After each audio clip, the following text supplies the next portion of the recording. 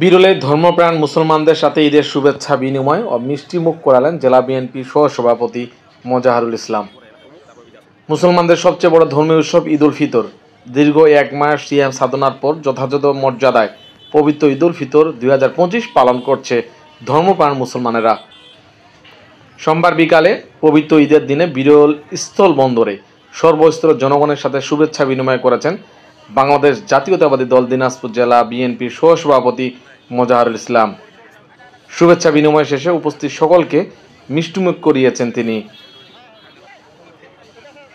দীর্ঘ কয়েক ঘন্টার শুভেচ্ছা বিনিময় শেষে পবিত্র মাগরিবের নামাজ আদায় করে চা চক্রের মধ্য দিয়ে দিনের কার্যক্রম শেষ করেন। আগামী জাতীয় সংসদ নির্বাচনে দিনাজপুর 2 বিরল বোচাগঞ্জ আসনে বিএনপির মনোনয়ন প্রত্যাশী মোজাহারুল ইসলাম।